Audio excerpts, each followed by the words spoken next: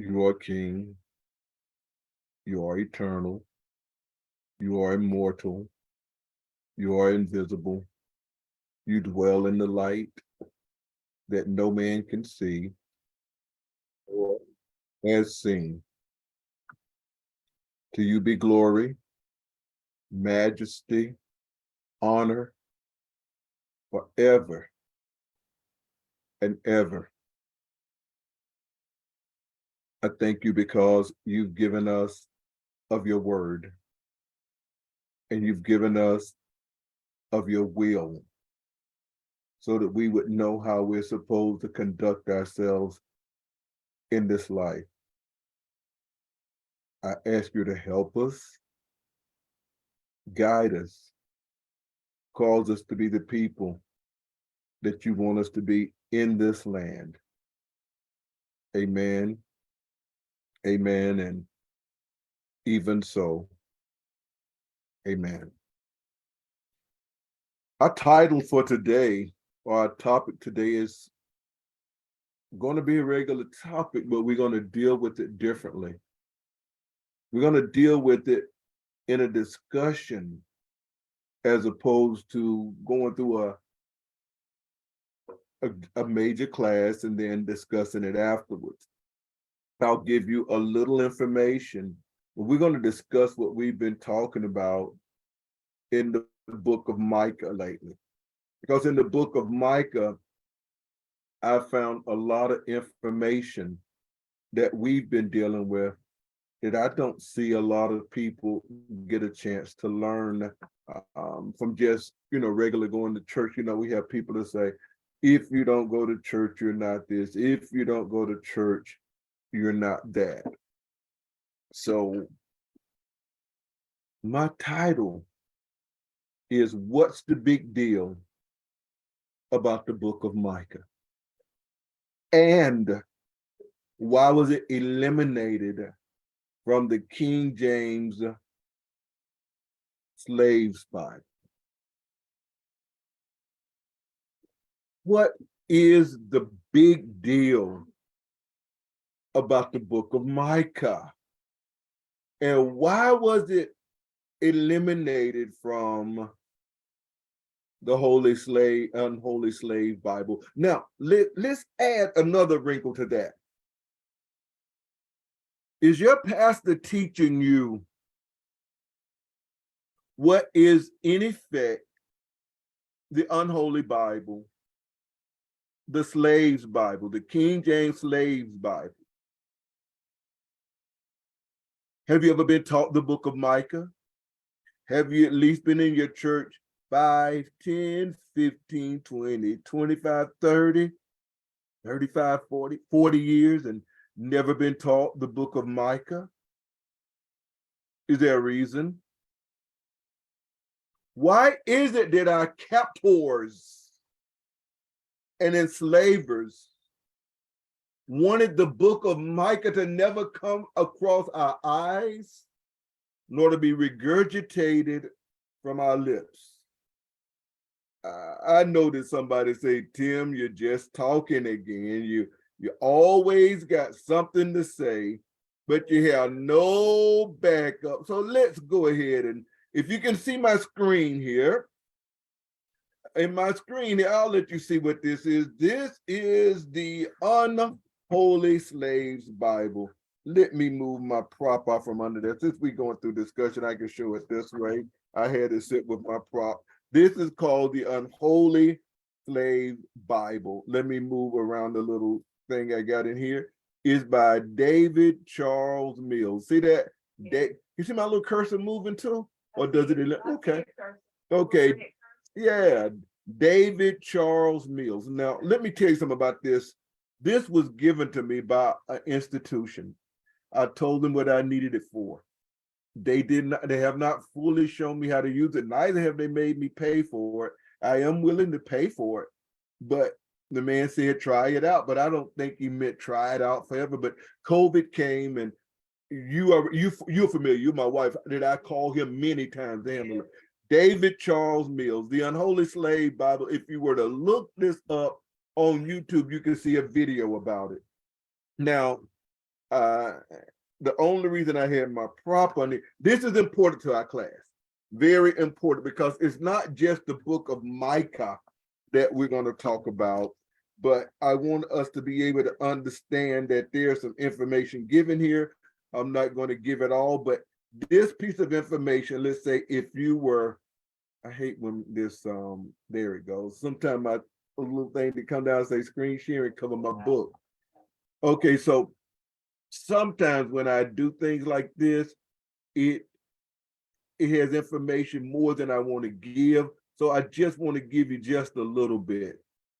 This book, it'll do a little, remember I told you all he did not fully show me how to use it, okay? So if I do a little bit of work right here, I'm telling it to give me focus lock. There we go. This book, it was published in 1908 it was printed by Law and Gilbert. That's all I really want to tell you. Law and Gilbert. You can find a free copy online. Law and Gilbert. I own it in Kindle, okay? But this one by the man that did it, it was so important to me to have it that I wanted you all to have it. Now, yes. What are you saying to me, Gary? Talk to me. Okay, so I don't know where your mic is, wherever it is you're moving. Right. Yes. Oh, are you on conference or Zoom? Well, I'm talking conference. What are you listening to me on? I don't know what you just said. What am I something? How do you hear me? Are you hearing me from the conference line or from the Zoom? Because I'm plugged in. My Zoom is in the microphone on the computer. That's hooked up. If you're listening to me on the okay, so that's the phone issue. That's what I needed to know. So I'm gonna move that closer to me. Is this better?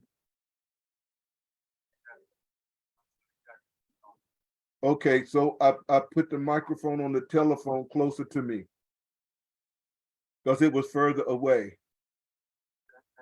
Is it on speaker? Yeah, it's on speaker.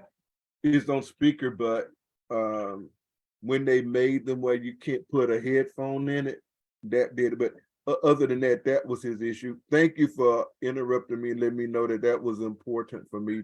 But why you laugh? Because I said interrupting. Some interruptions are good. Okay.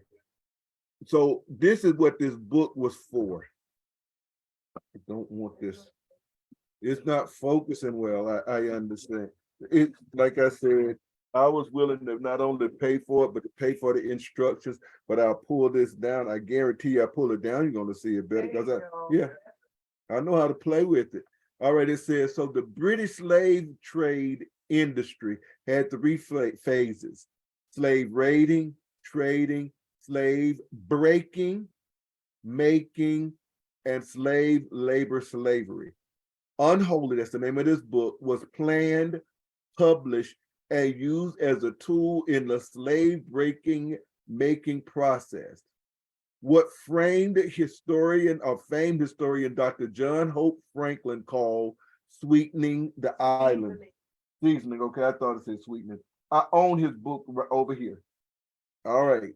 I don't want to go all the way through it, but I want you to understand it had an impact on faith, ethics, images, that's what we get white Jesus, values, principles of race, religion, history, law, public policy, psychology, sociology, and more. That's what that Bible was made for. What does this Bible consist of? This is a comparative table of what we use as a King James version of the Bible. It has 50 chapters. In the Unholy Bible, it only has these. In the, what did I say? Okay, Genesis. In Exodus has 40 chapters. In the Unholy Bible, they only allow them to have 2 chapters. Chapter 19 and 20. You don't get to hear what the Most High does to Pharaoh, to all of the gods that we celebrate and that we have affinity to on our holy days, that many of them came from Egypt, went through Babylon, Persia, Greeks, Romans, and now American, like Nick worshiping the sun, but I won't go through all of that. In Deuteronomy, look at Deuteronomy, 34 chapters. It only has 2, 4, 6, 8 chapters of Deuteronomy in it. First Samuel, I'm not going to go through all that because I want to get down to what I want you to see as the nitty and the gritty. Let me move this out of my face. Now I want you to see the books that are omitted. Slide this over. I'm working with it, you all. Give me a minute. There we go. The book that we are doing right now is called Micah. That's one of the omitted books in the Bible. Why is this book omitted? We just covered it. The book of Leviticus, we've taught that book. It is omitted from the slaves' Bible. In other words, we want to control their culture. We want to control their perception of who we are in the relationship that we have with one another. We want to control how they think. We want to control their laws. We want to control their ethics. We want to control how they view us as masters. That's seasoning the slaves, according to what we hear by Dr. John Hope Franklin. The book of Joshua, where the Most High God showed, I will give my people at times power to conquer and to do conquest. The book of Judges, Ruth, Samuel. If I look on here and find one book I haven't taught, I need to teach it. Even the book of the Revelation is not taught. It wasn't taught. The book of Jude, they created a 2-tier caste system of Christianity. The book of Amos, I can imagine Amos has never been taught. Obadiah, when you talk about the Edomites, Herod was an Edomite. They mixed with the people that were the original Israelites, and they continued until they got them to be in charge over there in Israel, and people called them Jews, and they were not. But Micah, why was the book Micah not included? Here's my question. If you've been going to church 15 to 20 years and these books have not been taught, then what is that saying? Haven't you in effect been taught the Unholy Slaves Bible? If you listen to Andy Stanley and different ones say you really need to divorce yourself or detach yourself from the Oldest Testament, isn't that another way of saying the same thing? If you've been told that the Old Testament was for them back then and not for us at all, isn't that still the same thing that the British, and now they got a man that's a king, they call him Charles, like he might even get close to having that Habsburg syndrome that they had? Isn't it possible that your church, your pastor, and worse than that, worse than your church and your pastor, you have determined, I don't want to know what the Most High God has to say. What I'm interested in is having a church feeling, a song, a dance, a rap, and a dinner. Well, with that being said, we can go and now go into what we have been dealing with before. We have been dealing with the book of Micah. In the book of Micah, I have it open to chapter 1. And now I want the people that have been with us this time throughout it, they have what they'd like to say about it. I'm prepared just in case, but I'd like to know, based on the new information I've given you, because there was a reason. Normally when we teach a book, we look for like, okay, what's going to be our next book? And I start asking you all, because we only have about 7 we haven't covered. And you said, are you planning on going over it again? Are you planning on, and the odds are I wasn't, but you asked. And I said, she's asking for a reason. Can you It was get? that good. It was that good. It was that good. It was that relevant. Mm-hmm.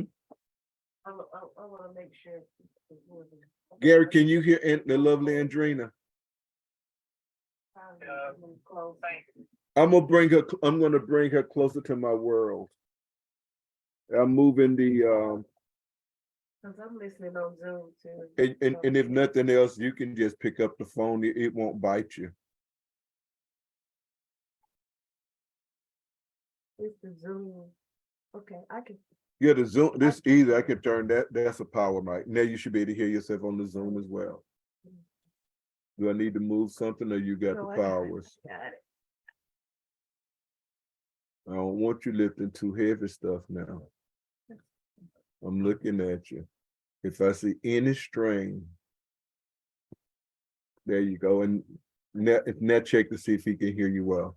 Thank you for coming closer to me. Now, I can reach over there and touch. I can go here and touch you there. Go ahead. Okay, so it was that good. It was that relevant, Mhm. and that was the. You just brought it home now when you hit that with the slave Bible. The Lord gave me that this morning. It was that good. It was that relevant. It was. It's so appropriate for the time Mm-hmm. to see what's actually happening. With us today, with leadership, you know, government, what we call government, the United States government, with Mm-hmm. leadership, what we call leadership, and people who are supposed to be leaders of our people, you know, spokesmen for us, representatives of us. Yes. It was good. And that's why it's like, can we kind of go back over that? Because I think it's important for us to keep that in mind, because next year is an election year. Am I right? 16, 22, 23, they'll be 24, right? Yeah. So we need to keep this in mind, because things just don't happen to us. Like, there are people sit on their beds and they decide that these things will happen. And we get to see that in the book of Micah. We get to see that these things are planned. And we call certain things the people have called it pandemic. Mm-hmm. Certain things are planned, and we need to get focused on knowing that the hidden hand is not so hidden. If you just look for it, if you care enough, if you have the wisdom and the understanding that comes from the scripture, the hand is not hidden. You can see it. And so we make choices based on that. We make choices based on, and we're all in churches. We go to church, and if we don't go to church, we listen to somebody online. But none of these things are brought to the forefront. This kind of wisdom and this kind of understanding that comes from the scriptures. And I can see why they would be like, don't teach these people that.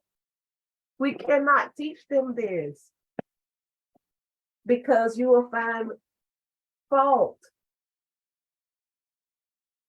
You'll find fault in the way that we govern. We don't want you to do that. That's the sad thing when you notice that often we don't find in the fault in the ways that we are governed, or in the way that we govern when we get a modicum of authority. Right. So that's why, and you just brought that up. I was thinking, you said, are you teaching from the slave Bible? Like, are you in your Christian church Mm-hmm. and you're relegated some portions of the scripture to be obsolete, and they're of none effect, that you are actually, this is the worst part, you are actually agreeing with the oppressors of your ancestors. You are agreeing that yes, they were right on this. They were. That's what we're saying. They were right not to teach us any of this. Don't teach us, Micah. They were so right. They so And I can make it, anyway. I can make it known today that I have dual screen set up so that if anybody wanted to make a comment or say something that I can actually see it and answer it. But go ahead, Precious.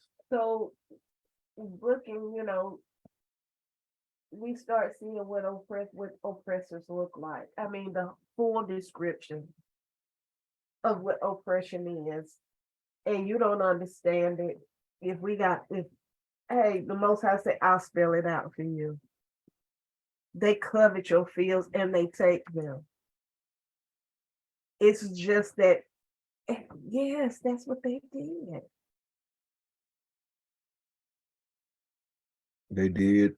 So it's a complete description of what oppression is, and I can see why they said don't teach that. What was it in this book that stuck out to you in so much? I mean, in such a way that in going through it, it's if I cannot forget it. Because we've gone through a lot of books together, you and I, probably 2,000 classes or more. And every now and then, one of the books would jump out like that. Because my goal is I want to get back to Deuteronomy, but it's not time yet.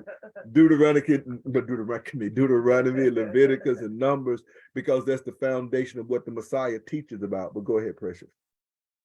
It is the relevance. It is what we're seeing now. It's the Most High is causing us to remember, Mm-hmm.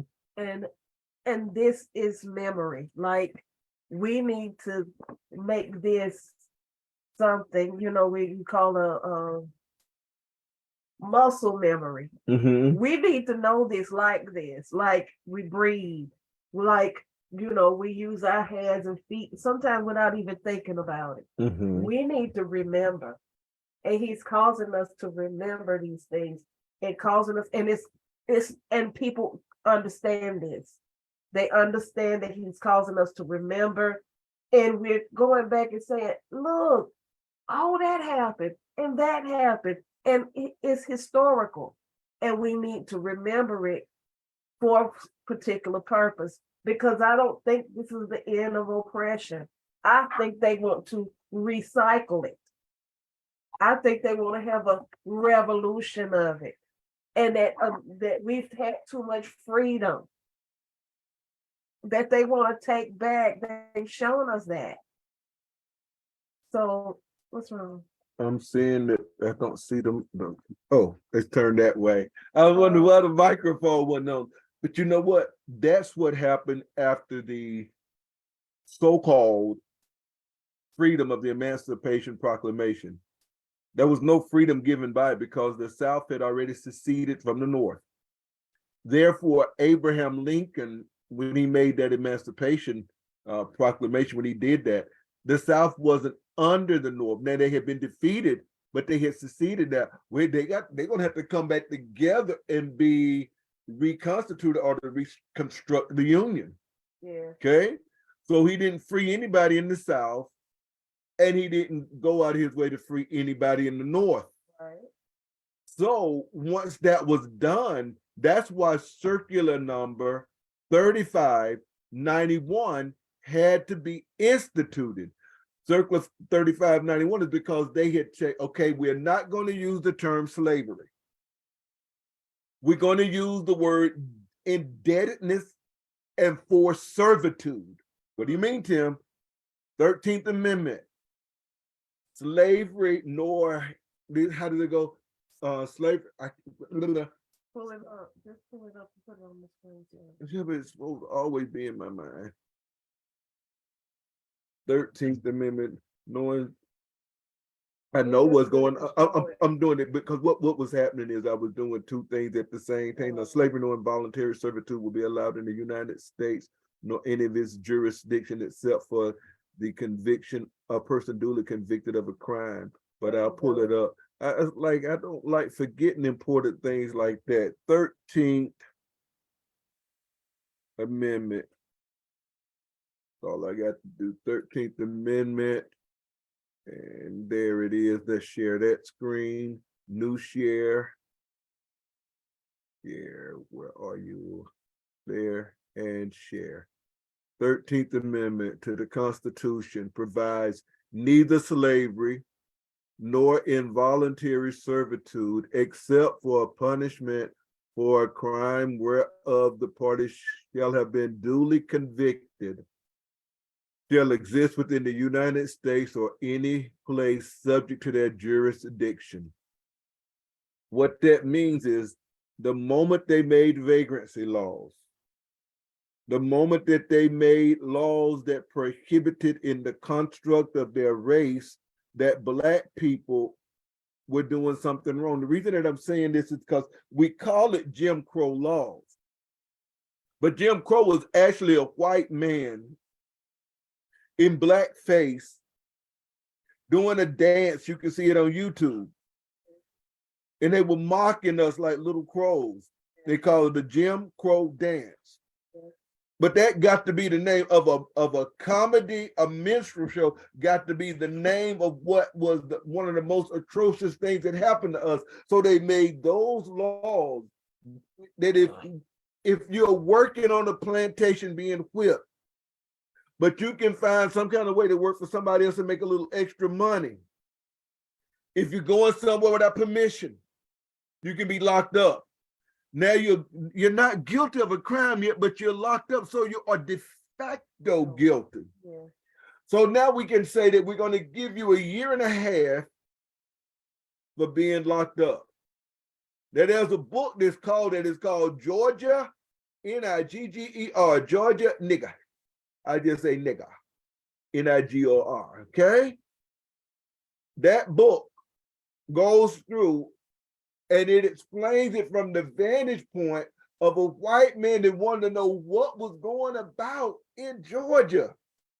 And so what you would do is, and they give you a year and a half for breaking one of those laws. But they say, if you go ahead and confess, if you go ahead and plead, we'll bargain with you instead of you having to pay a year and a half, we'll only let you do a month and a half. The moment you say yes, you're duly convicted of a crime. And so when you see these kind of things going on, and we think it doesn't still happen today. And that's the key part of it. They didn't say a felony. They didn't say a misdemeanor. It's just a crime. So if you have a traffic ticket and you go to court and you pay, you're guilty. They have you already convicted of a crime. You're a slave. It doesn't matter if you jaywalk and they give you a ticket and you have to pay it, you are still convicted of a crime. They didn't say, well, it has to be a felony. Felony, it don't know any crime. And now we make speech a crime.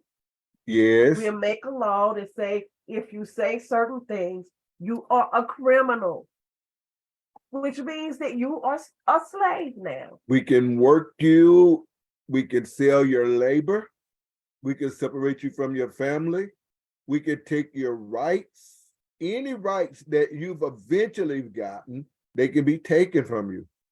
Go ahead, Precious. So, and even with that, even with the institution of that only applied, like you were saying, it only applied to what they call Confederate states, people who were supposedly, in rebellion to the United States, but there were slaves up north. So even the Union states, they weren't freeing anybody. They still had slaves. They were just a part of the Union. So when you said that it was happening down south, just as it was happening up north, it was the same.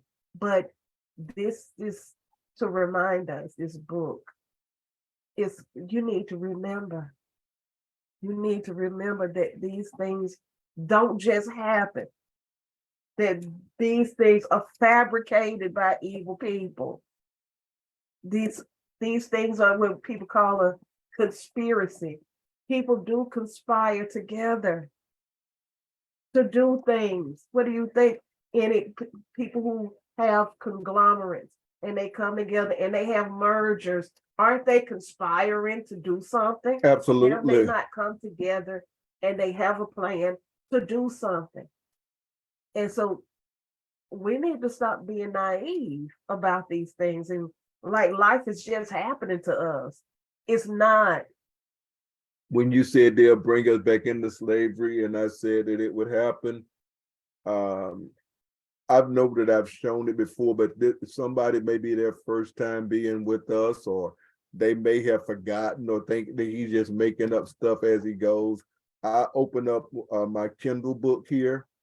On this Kindle book, this is by a man named Douglas Blackman, and I enjoy his book. As a matter of fact, I have it in paperback, hardback, Kindle, and Audible. It's that good. But can you see my screen here? Yeah. Listen to what he has here.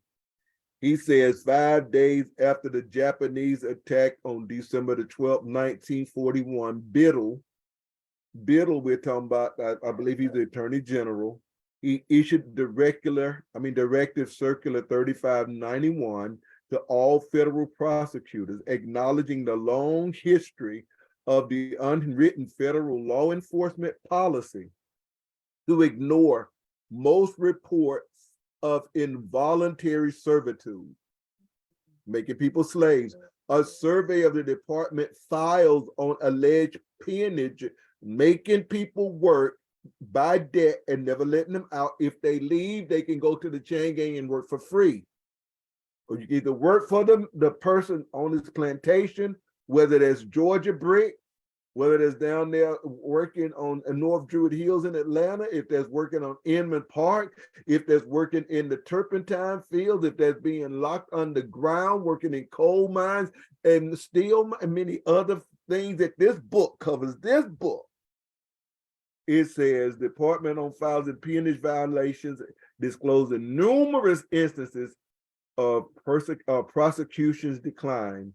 He wrote it as the purpose of the instruction to direct the attention of the United States attorneys to the possibilities of successful prosecution stemming from alleged peonage complaints, which has hitherto been considered inadequate to invoke federal prosecution.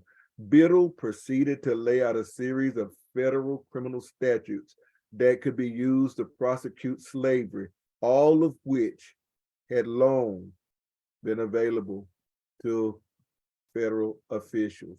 Yeah. This is not something that's out of the neg out of the, I was going to say the negatives, but I want to say this is not something outside of the purview of what you were talking about. It's nothing about it. Notice this: the Negro is worse than broke. His family, this is during this time, the Negro is worse than broke. His family goes ragged without medical attention. Women are attended by ignorant colored midwives at childbirth. Many die from blood poison. Willis wrote, the Negro is half starved, half clothed, yet he sees no hope of ever being out of debt, because many landowners, if they move off his land, will have them put in jail or threaten bodily harm.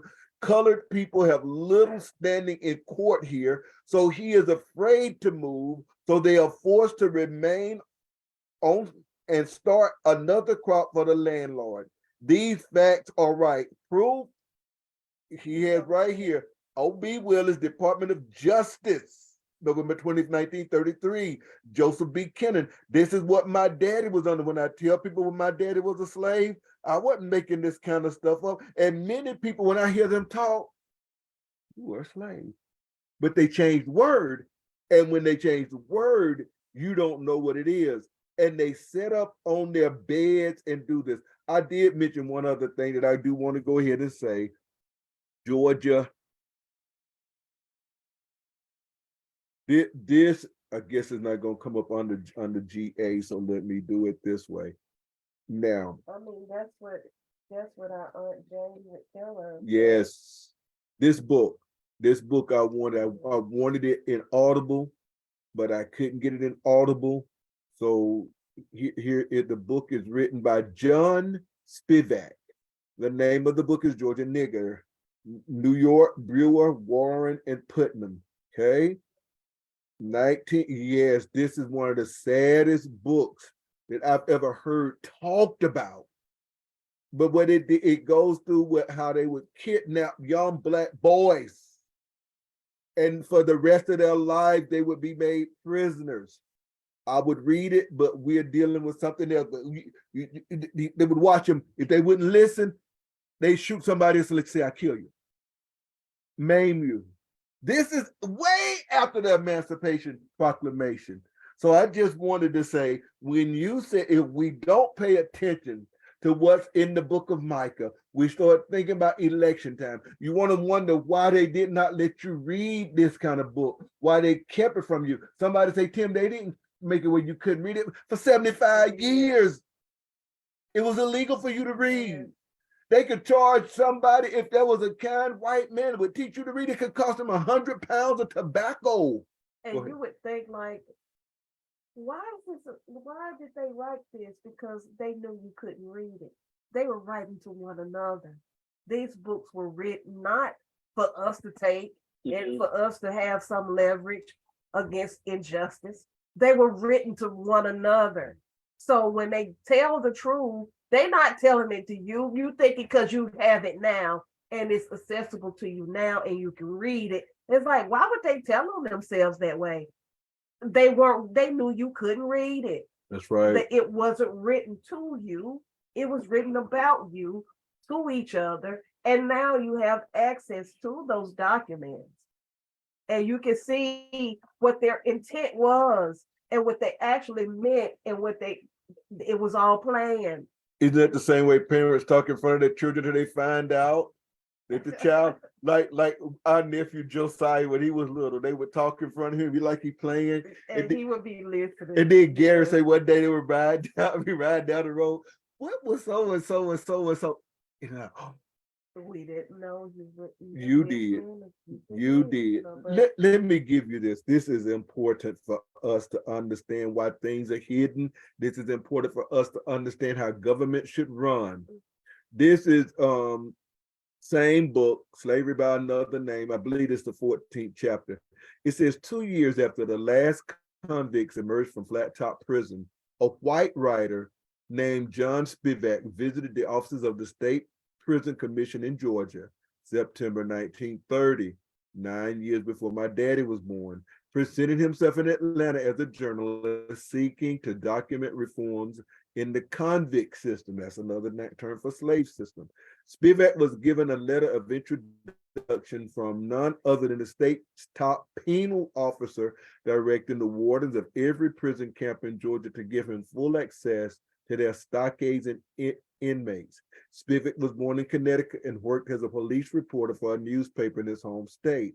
As a writer of pulp fiction stories, his strong socialist leanings made him sympathetic to the plight of Blacks held against their will in the South. His skill with the jocular techniques of insinuating into the comfort of sheriffs and wardens gave him the tools to render astonishingly sharp portrait of what he found. In other words, I can talk the talk. You know, like somebody come up, and they're like, "What's up, brother? What's going on, man? Man, let's go out here." In other words, you start learning the idioms and the ways and being able to fit in. Like when we go such and such a place, and we know which fork they use, and we know which plate they use, and we know which, we learn the ways of other cultures so that we can fit in. Well, it says, contrary to the congratulatory pronouncements that followed Georgia's abolition, the practice of selling Black prisoners in 1908, the state had more forced labor slaves than ever by 1930. Emancipation Proclamation was over within 16, was it not 16, was 1864, I believe, or 65. So when you do Juneteenth, that means nothing. It means nothing. Listen to what it says. They had more forced labor slaves than ever by 1930. In the excess of 8,000 men, nearly all of them Black, worked in chain gangs in 116 counties. Wow. This is Georgia. Of 1.1 million African Americans in that state, approximately half live under the direct control and force of whites, unable to move or seek employment elsewhere under the threat of doing so would lead to dreaded chain gang. I used to wonder, Daddy, why didn't y'all leave? Remember, Dad used to tell me, we'd be sitting there and said, my grandpa Bart, he's scared of white folk. He was scared of me. How you do, sir? How you do? But because I don't see my daddy being scared like that. He didn't tell me. 2 years later, Spivak published Georgia Negro. I said it like that, a 241-page fictional account of his finds, built around the harrowing narrative of a young Black boy drawn inexorably and cynically into a lifetime of slavery on the chain gang as a debt slave to farmers, as a possession bought and sold by white plantation men. The episodes that make up the narrative could just as easily been firsthand accounts of the fiery lynching disaster of Pineapple, Alabama. Of course it was. It was actual. You say it was fictionalized. Of course, you did your research. He did it all. He did it. Look, he even said that they did some stuff for this chain gang novel on the 1967 film Cool Hand Luke. Remember, you say a lot of these movies that they make, they doing stuff, they saying stuff.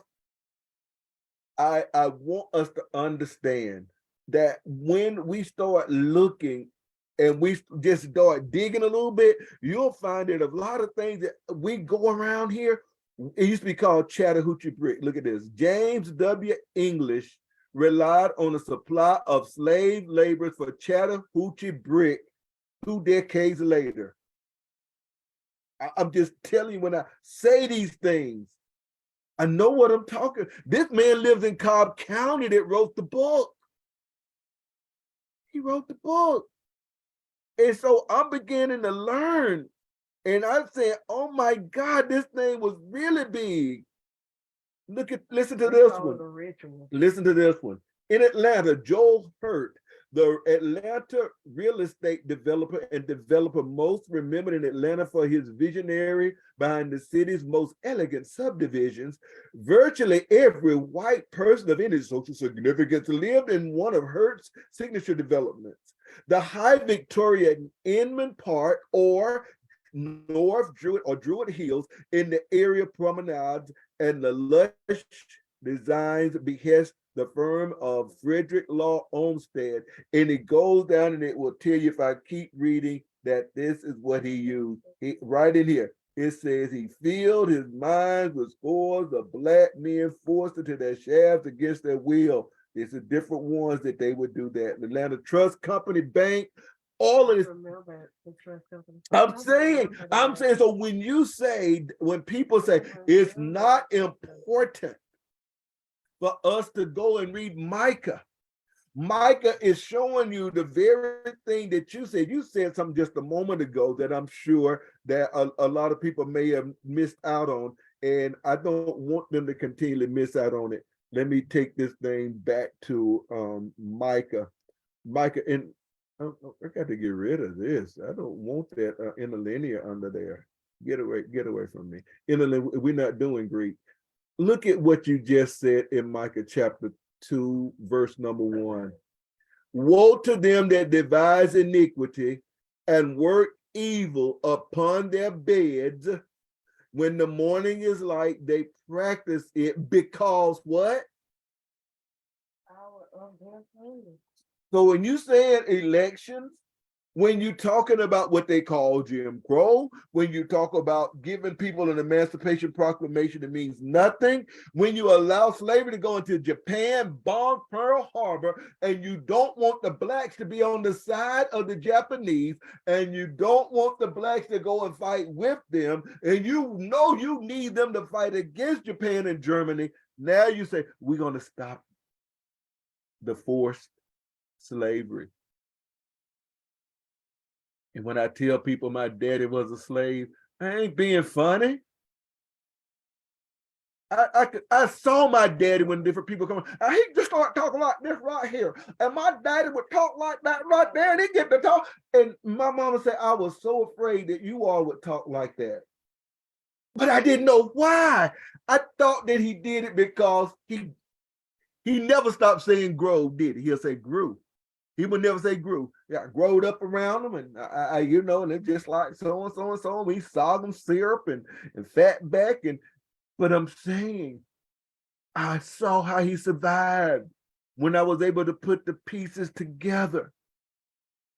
And the injustices. I said, Daddy, why didn't you leave? He said, we had nowhere to go. Yeah, and Jane said it too. She said, y'all don't understand. Those people were crazy. They were about power and having that power over you. And they would do it, and they would do anything to you. They sure enough kill you before they give you any type of freedom. You remember that movie, To Kill a Mockingbird? Yeah. And they said that poor white trash woman and that man didn't want to have it known that he was the one doing stuff, and that a white man had raped her, and they blamed it on the black man. There were many a black men. Read Ida B. Wells' account. You are not to get out of that. And now look at him. What's their house? What's their house? What's their house? You don't want to sell it? I remember when I first came to Atlanta in 1984. I remember when Stewart Avenue was called Stewart Avenue. It had a lot of prostitutes on. They changed the name to Metropolitan. Now we don't have as many. Okay, right. They changed Simpson Road to Boone. Yeah. But the point that I'm making is that all of the stuff that I saw going on there was a place called Vine City. Yeah. And a lot of older people had houses there, land. It wasn't the best looking, but they was theirs. They determined, they had planned, we want to have a Georgia Dome. The people wouldn't sell out. And all of a sudden, what started happening? Houses were being burned down. Nobody being able to find it. They were able to build a Georgia Dome. The same thing over where they had the Turner Field. Yes. Where they would play baseball. Summer Hill and all of that. Hill, right. Yes. They flooded those people home.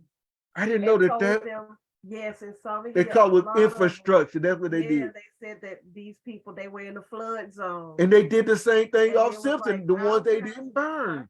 I remember it was water on that road. They was like, our houses are fine. And they said, no, they would come in and say, no, you can't stay here. This is a flood zone. They flooded those people out. And many of those people's homes were never flooded. But they wanted to build Turner Field. And they wanted that land.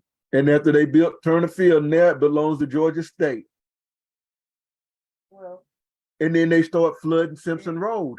And now it's all fixed up. And now you got the Mercedes-Benz, I call it theater. And so what you're saying is somebody planned it. Yeah. And and if somebody think I'm lying, I used to do security work. This is what, before I met you, I moved to Atlanta, I would work. And I found that I could do security work and get paid to read. So I used to work in the Georgia Dome. I remember the first time I ever preached in there, and nobody was there, but I preached. I was preaching the book. I was preaching so hard, so good. I was enjoying it.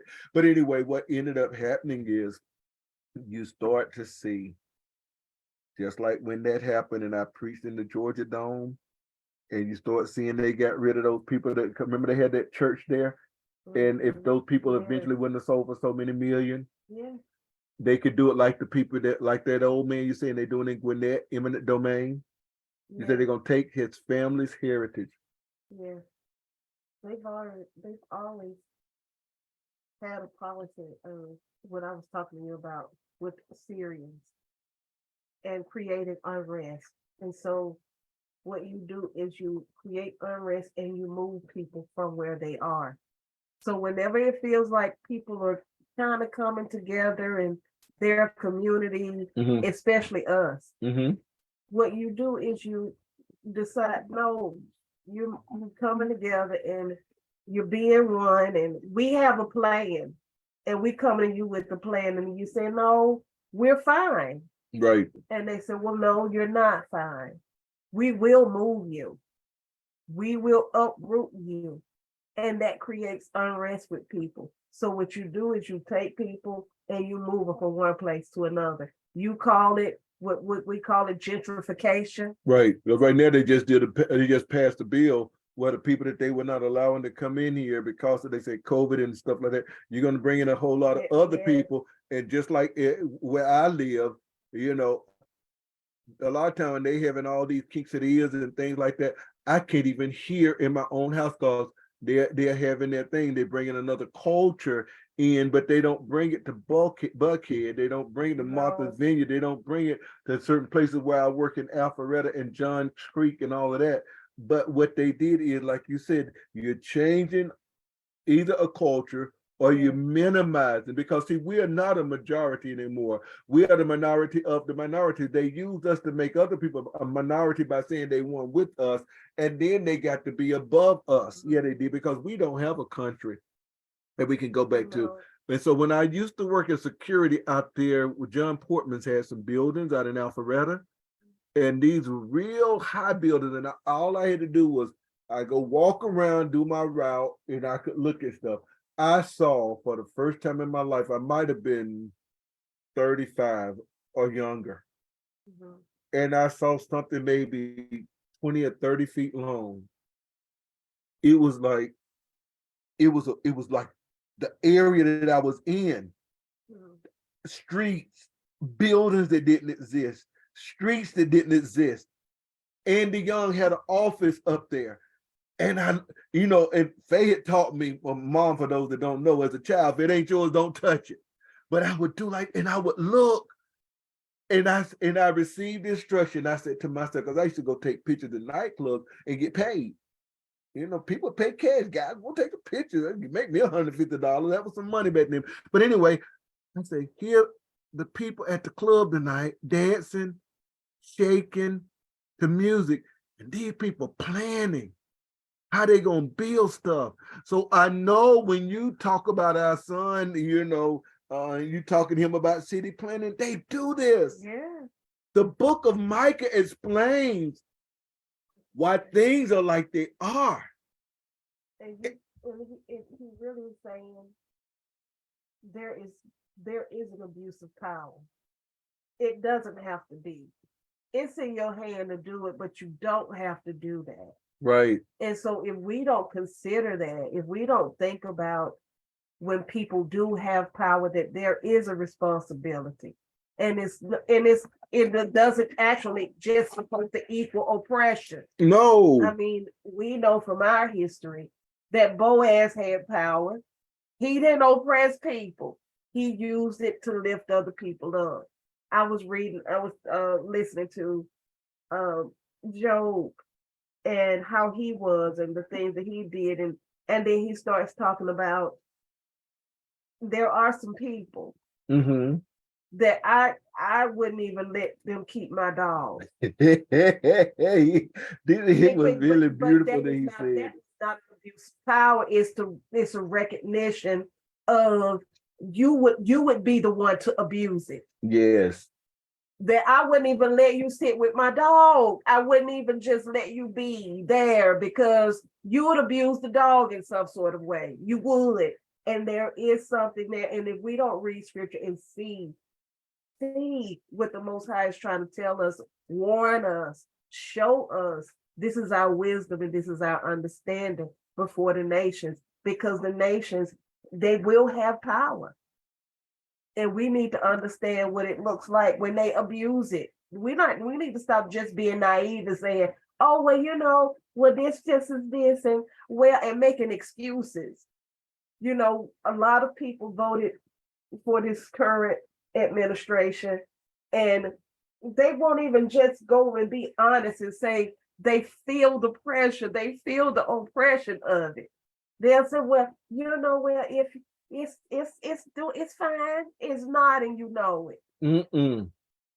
You better won't even be honest about that you made a bad decision, that you made a bad choice. Because financially, this is how we control you. We control you financially, then we do it educationally, we do it through changing your culture. For instance, when they wouldn't give up the land, they flooded it. When they wouldn't give up their, I think, Proposition 9 in California, you know what we did? We've been back and redid it because we're going to make you all go and say we're going to allow these marriages between same sex. Yeah. But you just made a statement that I want to validate in the scripture. You talk about ruling. Yeah. That ruling was not to be oppressive. Right. Listen to King David, the one who Jesus is called the son of. 2 Samuel 23:1. Now these be the last words of David. David, the son of Jesse. In other words, if you ain't got it right, get it right.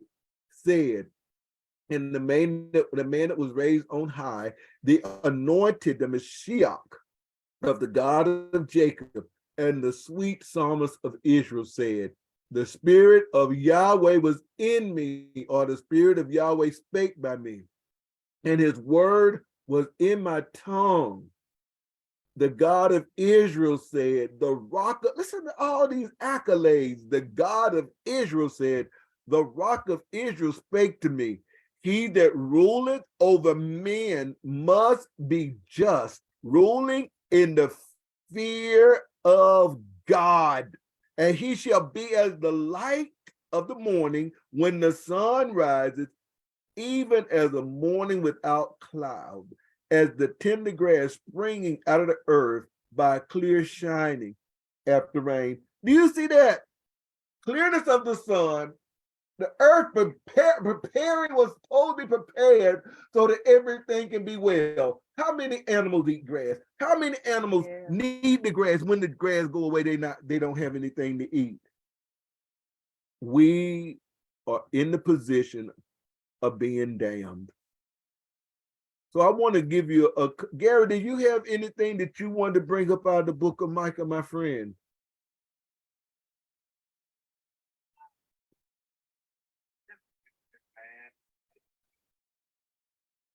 But it's good, and it does help. I wish, so many people, they listen to it, they think it's only a history lesson, but they don't often listen well enough to see that the history is important, because we are talking about our past relatives. We're talking about the people of God, and sometimes when I'm praying, I'll say that we just see the pattern of man, yet we see, I'm for maybe a lack of a better word, the pattern of God. And I mean, we've seen that. I think the other day, or you were talking about the ancient of days, we're talking about the various kingdoms from Assyria on through, and then looking at, okay, how is it that we call ourselves knowing the word of God, but not see how he deals with it? I was explaining to someone recently, I said, in Deuteronomy, you see how the Lord said, I want you to destroy these 7 nations. And he said, if you get over there and you do the same thing, the land of it, he phrases various ways, the land will spew them out, or spit them out, or reject them. They're going to do the same.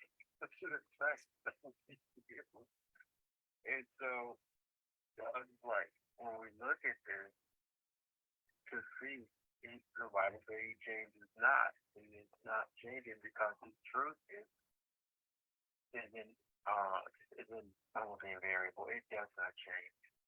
It does not change for anybody. So it's really interesting. I don't remember. I think it's the 3rd chapter. It deals with the false prophet, and then he's saying, like, I mean, you see it in the what we call the prophecy of the prophet. You keep telling people things gonna be all right. Keep telling people that, and that's a lie. It's a lie. And so you hear, and then I went back and I was looking at when that goes to the 3rd King engine. And I think it's the first part from chapter 1. And to see that this destruction from Assyria was soon, and that the Lord was using it, but then he deals with them. He's the same. And so people can, and I do like how you started. I agree with it. Pull out the display. But people, there are people listening here, but many that don't want to hear it. It's like, what are you talking about? These things can't be true. But well, why not? I've learned really to ask more questions, talking to you and listening to you and and it's actually it's in the, I think Dwight Pryor he talked about that in one of his lessons too. To get people to they already see, and help make that connection. It's but to like you and people don't want to admit how bad it is. They don't. It's like what I'm enjoying the um people don't want to look at the scripture. Battery 60%. Ready to connect. What was that? I turned on something to make the speaker louder. Default 4. Go ahead, Gary.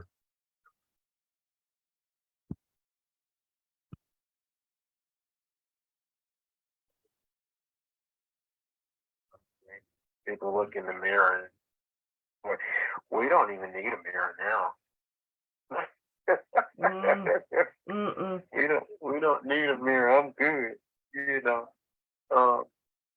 Anyway.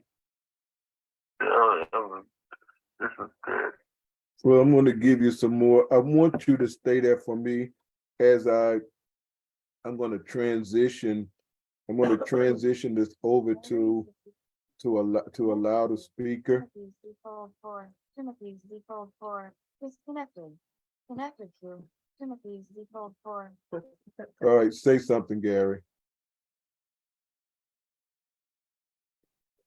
It's not saying, Andrina, what's going on? Because I have it on there. Let me make sure I took it. It should be going through. She's going to take care of it. I want to, while she's doing it, I want to show you some stuff, and I want to provoke, if possible, even more thought. I want to go back to our text, and it's not, what do you think's going on? What happened? You made it work. I heard it, didn't I? Say something, Gary. Can you hear me? Yeah, what did you do that I didn't do? You have to go back to your screen and touch the Bluetooth for the call. Okay, that's okay. Long as she living, I'm good. Your mouth, so I don't need to type it now. All right. Can you hear now? Can you hear us? I can hear you. Okay. I do. Okay, what I'm going to do, I want you to go back to the screen. I want us to see some things, and I want you all to stop me whenever when I provoke some memories. Okay, so in the middle passage. What did you say? Stop you with memories? If I say something and it jogs a memory of something that we talked about, I want you to bring up whatever it is. Maybe you should move that closer to you while you talk. Can you hear me, Gary? Because I can turn it around. Yeah, I hear you. Do you hear me better now? I mean, you're good and clear. Okay, thank you. All right. So I want us to look at Micah from the vantage point of the beginning of it. And I have listed here in my middle panel, judgment and trial. Okay. My thoughts when I was going through the book of Micah is that the Most High is trying this nation. Now, the worst thing about the book of Micah is this is us doing it to ourselves. This is not white people doing this to us. This is us doing it to ourselves. These are people that know better doing it to people anyway. And we have taken the Most High for granted. And by having taken him for granted, we're going to override his rule and authority for some reason. So my thing is that if this is what we've done to each other with his instruction, What would we do to each other if we took their legal system, their what they call justice system, their educational system, and we learn it and we mimic it and then put us in charge? We're still going to be in the same place, even worse.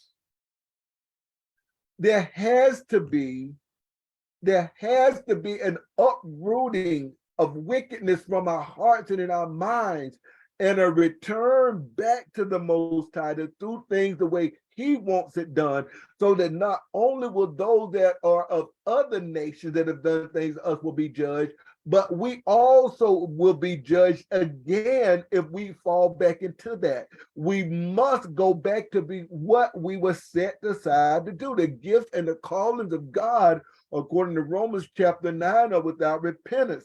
The gift and calling of God was not just to save. It was to bring a people to be the light of the world. It was a people to come in to possess the gates of their enemies so that people would know the Most High God. We abdicated our responsibility. We relinquished our threshold that we had, that we could go across into the plans of God. We got rid of it, and we allowed someone else to act as if they're in the threshold. They're not. They have their own. Now look at Micah 1 and 2.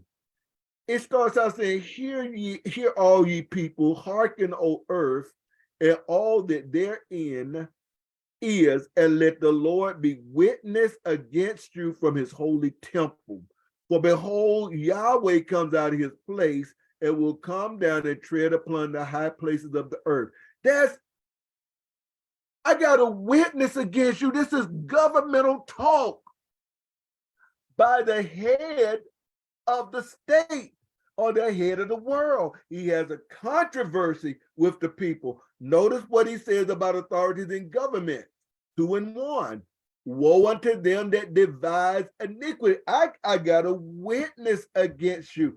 Now imagine if the people were reading and understand this, that was in the second tier of Christianity in America, knew these things. And they can say, y'all planned this. Y'all change our food. You all change our language. You all determined that we have certain legal clothes to wear. It has to be rough. It can never be equal and concomitant to what you wear. It can never be. You have to be able to be identified, not just by your black skin, but by your social status of inferiority. So it says, warn to them that devise iniquity and work evil upon their beds. When the morning is light, they practice it because it's in the power of their hands. Notice, what do? I got it listed over here. They take property by violence. A, fields. B, houses. C, oppress a man and his heritage. How did we see this? Look at the verse. Verse 2, they covet fields. They take them by violence. Houses.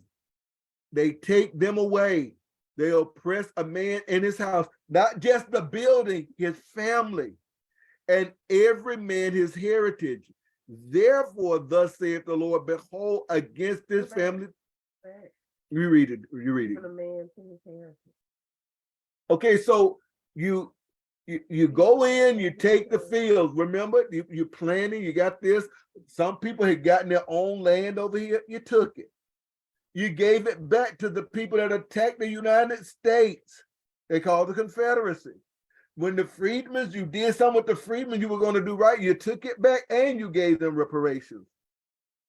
Then, but they didn't give us. They gave us that. You oppress in a person's heritage.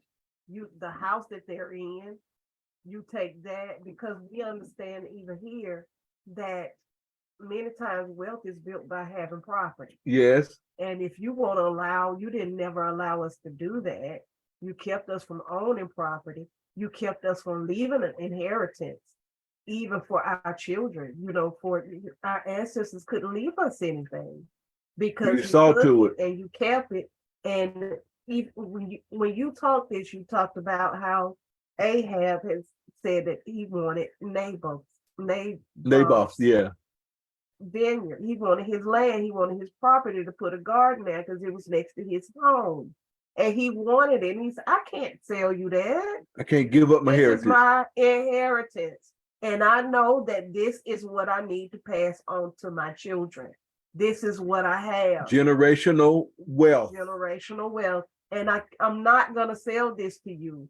The Most High gave this to me, and it is mine, and it belongs to my family. So these are the things we see, that a lot of this, what we're seeing in Micah, they had come in contact with the nations. And once you forget God's, the Most High's laws, statutes, and commandments, you began to take on the world, and you understand that, well, they do certain things, and they have this, and they have that, and this is how covetousness is grown.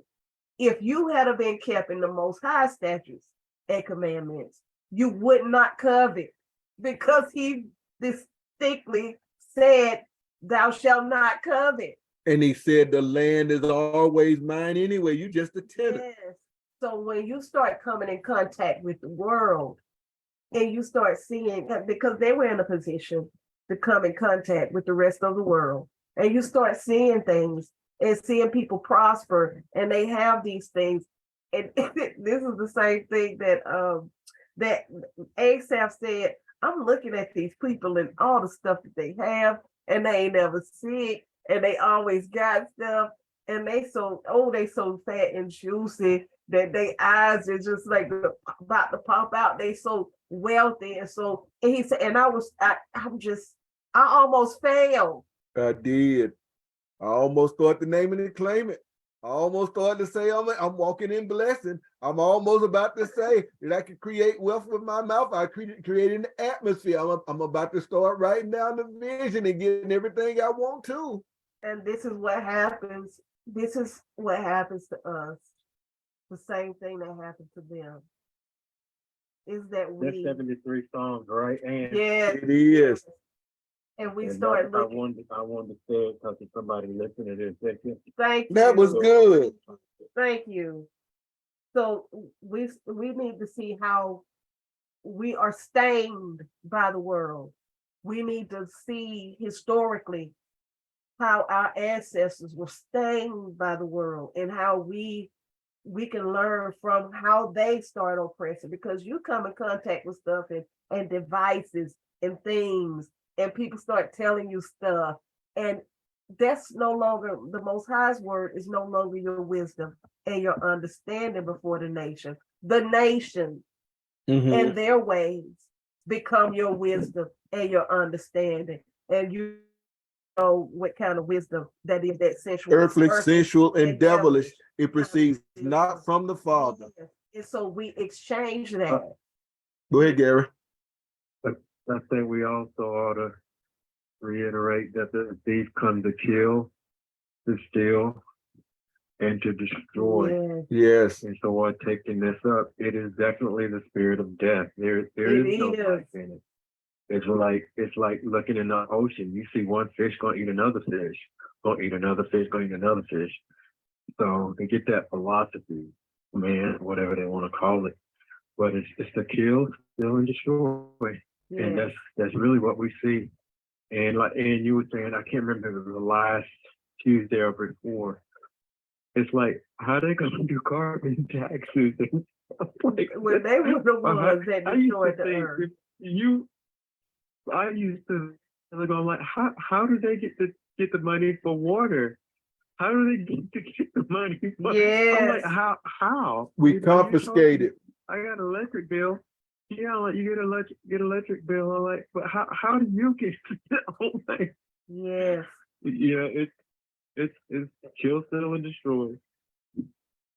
And that's we see that our ancestors learned that, and we've learned that. We learned to work like a dog, and to mete out our money in the most frivolous ways sometimes, and work, and don't have any time for our family. Don't have any time to impart any wisdom, any understanding, especially from the Most High.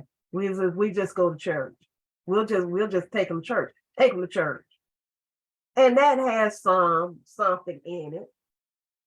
That there comes a memory that, I should probably be thinking about God. But in the way, in some ways, it can be detrimental. But back to what I was saying about learn not the ways of your oppressor. Don't envy. Do not envy. And we understand that this is what happened to our ancestors. This what's happened to them. And they decided that it's better to live out the ways of the nations and to be one with the nation, to globalize, and we're going to be one with them. Globalized, can we say colonized? Yes. And we're going to be one with them because we don't want to be different. We don't want to be set apart. We don't want to say, no, we don't engage in that. No, we refuse to do that. And it's a whole, people talking about shaming. They want to shame Uganda because Uganda as a nation, why can't Uganda as a nation decide that they do not want LGBTQ to be just brought to their nation? Why can't they decide that as a nation? Because they're letting you know that after the Berlin Conference, we say we own Uganda, we own Africa, and if you don't live up to our standard, we're going to make you feel deficient. We're going to make it like something's wrong with you, because we are showing you that, as I was reading in Dr. Claude Anderson's statement last week, is that when one party of a group feel that they have the authority, what they will do is that they will inflict or they will enforce upon the other party their rules, their regulations, in other words, a social construct. Yeah. It's going to be when that one that has authority puts on another one that has no authority or lesser authority, the way that they're going to see the world, what they're going to use as their construct of how they see the world, finances, what morality will be in their relationship with each other. And they're doing that to Uganda. You need to come up to us. We got the dollar bills. Yeah, but your dollar bills are paper. We got the gold. We got the silver. We got the uranium. We got the land. Yeah. And so what we want to do is give you our disease. So they want to take the disease is their culture. Yes. And you're not allowed to have your own culture. That's all they're saying. With God. You are not allowed to do the book. And guess what? And they say we're about diversity. They're not. Well, Dr. Claude Anderson showed that they have word games. He said diversity means to divert the resources of others into the hand of the elite of those that are in charge. But so they take fields, they take houses, they oppress man and his heritage. One of the things that I got listed here is chattels. America was so beautiful in its ways of doing things, is that they determined that the child that would be born would automatically be a slave forever. And under that peonage that they said it was finally stopped in 1945, but we have documentation. You can go look at the documentary, The Cotton Picking Truth, and you'll see this woman, even in the 60s, she was still a slave in Mississippi. They said there are roads that you can't get to, and that the congressman and senators won't do anything about it. And even then, they said we had to eat out of have a big bucket. They dump all the stuff in and just dump it in there. And we'd have to eat it with our hands, or sometimes we'd have to eat with eat bugs. And that was that the 60s or the 70s when she was still talking about that? I have to go back and watch. 60s, yeah. Late 60s. And so this is in my lifetime. A lot of this is in my lifetime. Well, under that peonage, my daddy would have still owed what his great-great-granddaddy would have owed. And they had a sliding scale of whatever you owe so that you don't get ahead. So you take a man's heritage, and the worst heritage that was taken from us is Black people. You were nothing. Mm-hmm. See, that was something called the destruction and the destruction of civilization. How they destroyed Africa, how they destroyed castles, and how they said we had no education, we had no culture. but you go to the books that in the 1800s, early 1800s, 1700s, and you see drawings of castles, and you see drawings of all of these things all over the world, and you see what the Moors did and how they did. But yet, when we get to us, we only came. It's like we popped into the evolutionary construct 2 times. In the beginning, I guess from amoeba, and then we popped back again during around what you would call the 1500s or whatever. It's such a goddamnable lie. I mean, but they did that. Then we have retribution. In chapter 2, verse 3, there's retribution he said that they would get. Our family got it. Therefore, how much more should we be letting the people know that we're going to get it? How he says it? He says, thus, therefore, saith Yahweh, behold, I am against this family. Do I devise this evil? I don't want nobody, but they can do it if they want to, saying that I say something about white people. Who are these people here? They're definitely not white. These are not white people doing this to white people. This is us doing it upon us. You don't see nothing about Europe in here. You don't see anything about Euro-Asia in here. You don't see anything about the Caucasus Mountains, the Black Sea, or the Caspian Sea. You see people that are right there over there in where it's landlocked in the area of Babylon, but they ain't even got the Babylon yet. We're looking at people that come right out of what you call East Africa. And then right there, they've gone up East Africa and what they call the Sinai Peninsula, and you want to act like that's not part of Africa. That's these people. But let me read. It says, I do that against this family, do I devise this evil, from which you shall not remove your neck, neither shall you go haughtily from this time. This ought to give us courage to understand that if he did this to our people because we didn't listen and he doesn't play. But at the same time, it would let you know because of the fact we have been one with Abraham when he says he's going to do the other nations. Where you get that from? 9 and 17 Psalms. What 9 and 17 Psalms say? The wicked shall be turned into hell, and all of the nations that forget. You didn't have to know him to forget him. You can forget him by ignoring him, that forget God. He said you won't go haughtily. Then I have here, they'll be scattered.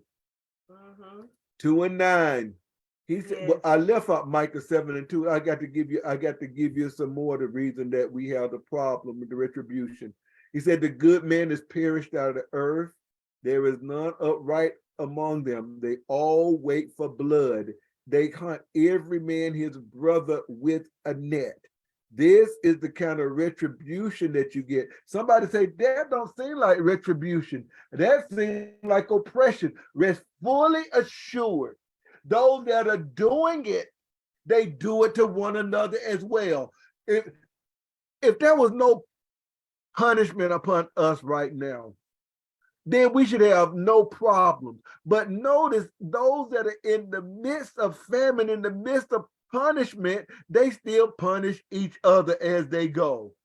I always said in the New Testament, when it over and over and over again, it talks about brotherly love, love one another.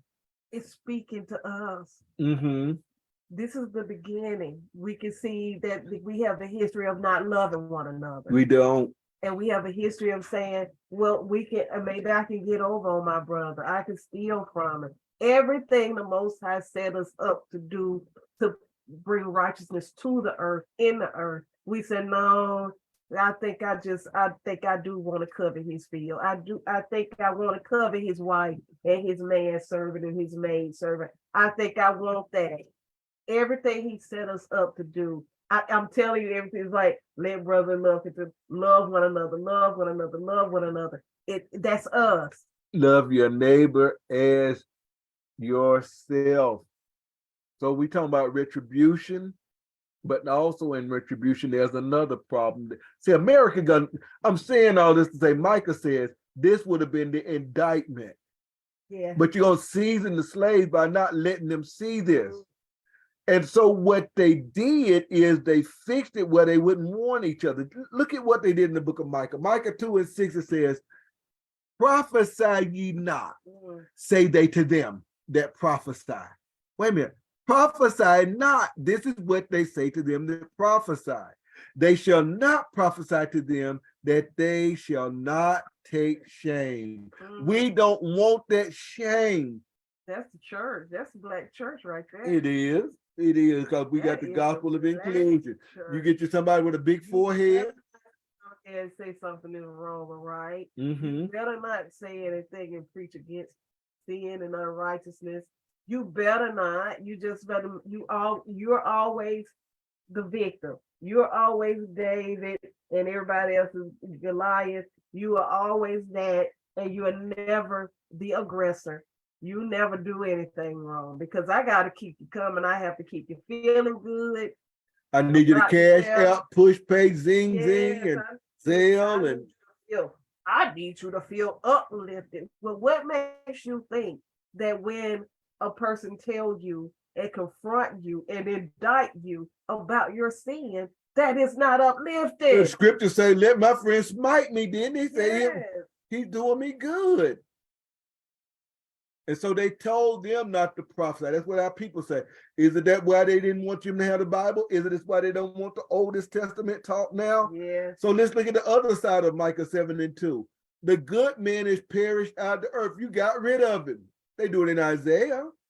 There is none upright among them. They all wade in blood. They hunt every man his brother with a net. The other side of you feeling stuff is when a man would tell you right, you take a net to try to trap him, to ensnare him so that he can't tell you the truth. And so now you don't have anybody to warn you. Notice what else they do. They do that. They keep them from knowing the truth that they may do evil with both hands earnestly. That's why you didn't want the slaves to know, because oppressed people can tell you what you're doing to them.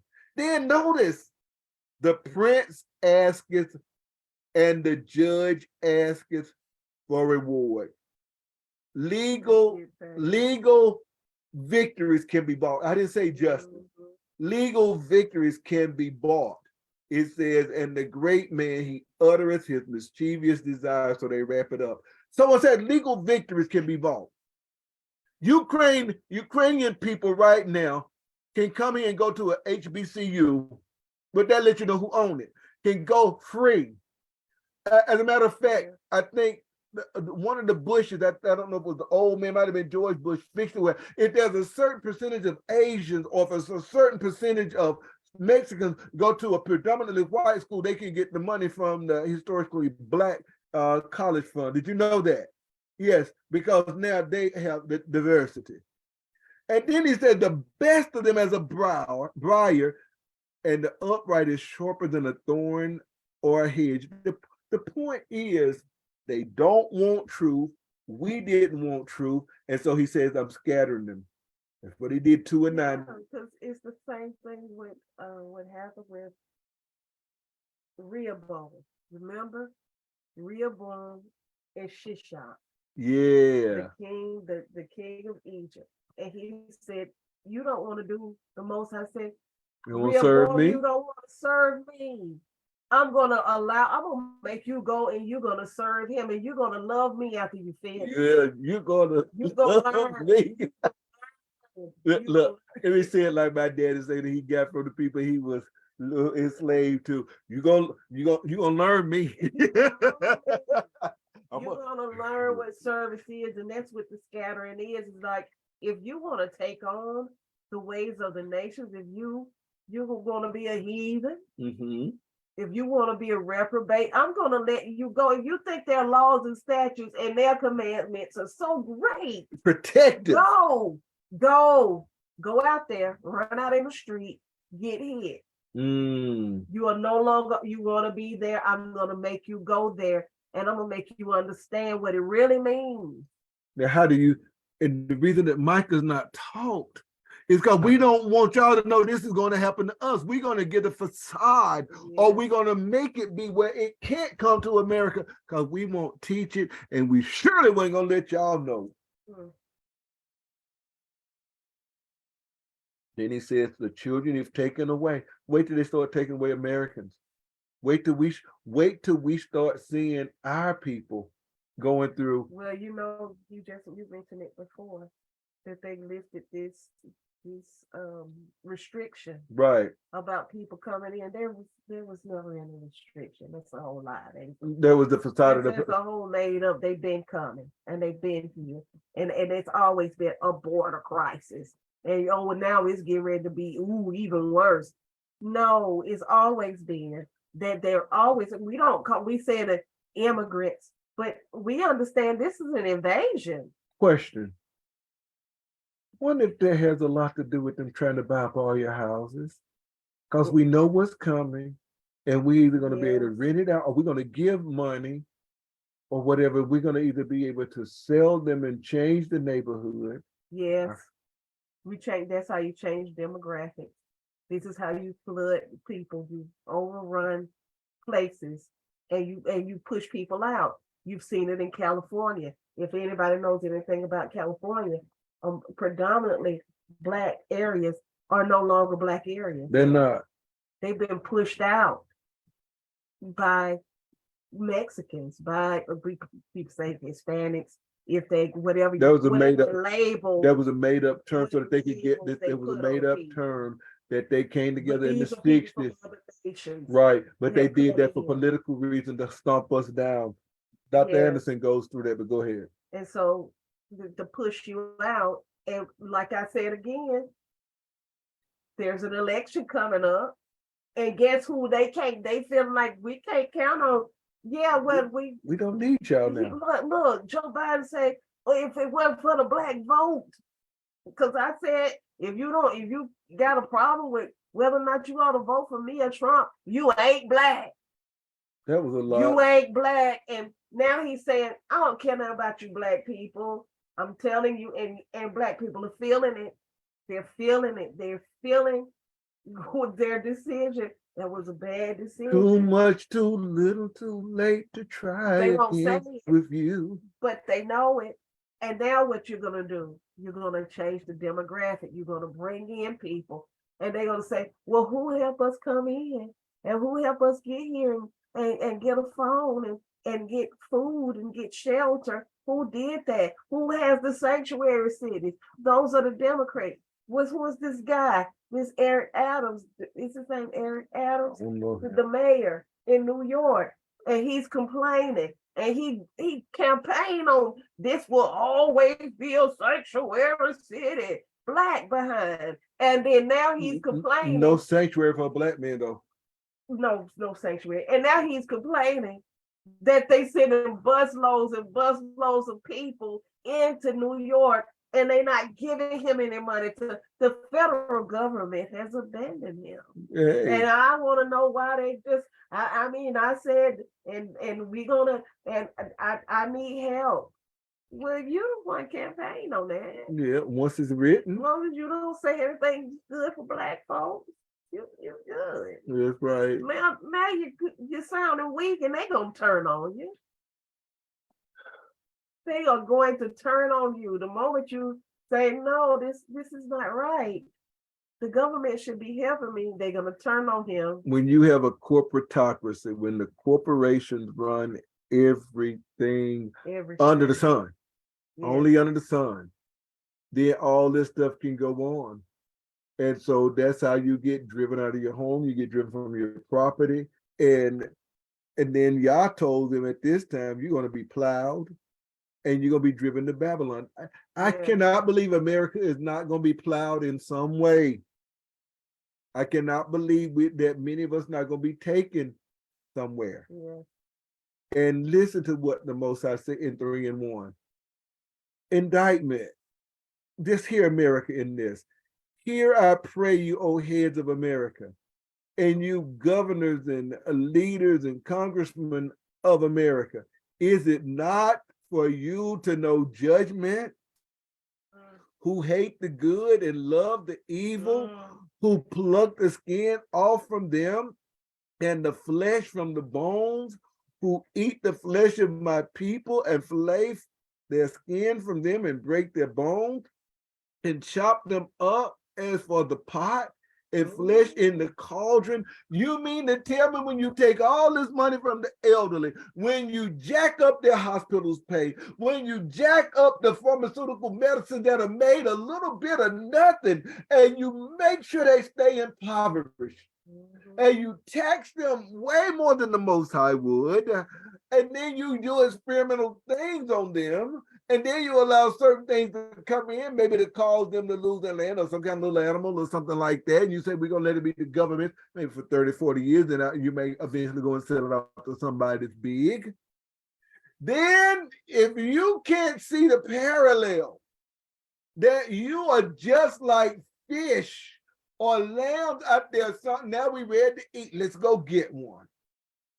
And it says, here's the hope. Then shall they cry unto Yahweh, and he will not hear. He will even hide his face from them at that time, as they have behaved themselves in their doings. Guess what? I submit you when he said, thus say Yahweh concerning the prophets that make my people to err. If this is what we did to one another, and we got the judgment going on for hundreds of years, imagine America that claims to be a Christian nation, that claims to be full of the Bible. How do we think the Most High changes all of a sudden? No excuses allowed. And some of that is like literal when it comes to America. Yes. You flay the skin. Yes. You chop them up. Yes. You Eat some. consume them. Yes. Burners, rapers, put crosses of your Jesus in the yard and burn them, and we're supposed to be in love with it? Really? And the thing is, here is what he said. I wanted. He said, I've shown you what was good. Yes. I showed you. What is your duty? What do I require? Go ahead, Gary. I thought I heard Gary. Back you was don't lose your train of thought. Hopefully you won't. But the other day, I think about a week ago, you was talking about if it was switched, if it was flipped on them, they wouldn't like it. When, and even earlier than that, you was talking about how they're saying, give me liberty or give me death. If the whole thing is that they call it selective, I don't know, the cognitive dissonance, is that what you're trying to say? Cognitive dissonance? Gaslighting is so strong. Yeah. And it's really, even though in Romans 2 it says, thou art inexcusable, all men, whoever you are that accuse one of you do the same thing. Even though it's not righteousness, but they get their righteousness, well, the semblance of what's wrong still from Yah. And so they say, well, we're not supposed to do yet. And we start saying things of what they do, and that's when we're supposed to be shut down. So to actually understand that and be able to say it's really good. Jeff is really good at it. I love it. To see how Jeff is opposite him, So anyway, you just made me thinking of it as you were talking. Very good. Two things that Yah has got against them. One is I wanted you to know justice. And then in 6, he tells the mountains and things, I got a controversy with the people. And guess what the controversy was? I brought you up. This is 6 and 4 5. I brought you out of Egypt. I did that. I delivered you. I redeemed you. Then I protected you from the curse, from the curse that would have came from Balaam and from the attack that wanted to come from Balak. I protected you. And look at what you've done. Look at what you've done. And he said, I showed you what was good. I showed you what your duty was. In other words, I didn't save you just to save you. I didn't deliver you just to deliver you. I didn't redeem you. I redeemed you for a purpose to serve me. Serve. What's my duty? He says, what does he require? To do justice, love mercy, walk humbly with your God. But what do people do? Micah 3 and 2. You hate the good, you love the evil. Micah 3 and 9, What do? You pervert justice, you bastardize justice, and then you oppress. We've covered that. But the hope that he has, a lot of times you might get this out of Micah. You'll get out of Micah where he says he's going to send his son. Or Bethlehem Ephratah, out of thee will come he unto me, whose going forth has been from old and from everlasting. You'll get that. You'll get that he's coming out to be the ruler in Israel. But do you read this part? He will give them up. Do you think after Jerusalem was destroyed, those people stayed in Jerusalem? He gave them up till the time that she is travaileth have been brought forth. The remnant of his brethren shall return to Israel. The remnant, that means not all. Some are going to be gone. Then he's going to feed. Feed what? Justice, righteousness, the fear of the Lord into the people when justice is applied. And then the prophets that oppress. Micah is full of everything that we need. The hope of justice is that you be judged. But then there's one sweet thing in the book of Micah when everybody let you down. I just gave some of my highlights. He says, therefore I will look unto Yahweh. I will wait for the God of my salvation. My God will hear me. Why did he say that? He said, I can't trust in a friend. I can't trust in my mother. I can't trust in my father. Daughter-in-law cannot trust in mother-in-law or son-in-law. You can't trust the governors. You can't trust the princes. Often you can't even trust your own mate. They will gaslight you, lie on you, and try to get you destroyed so that they can plunder you. Your own mate.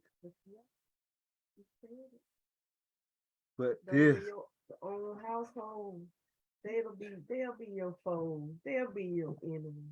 Gary, do you remember this? What our mama used to sing? The only hope we have is in Christ Jesus. I remember I used to pick at her. Yep. I'd be riding home and say, Mama, Mama, you was up in the church and you had the only hope.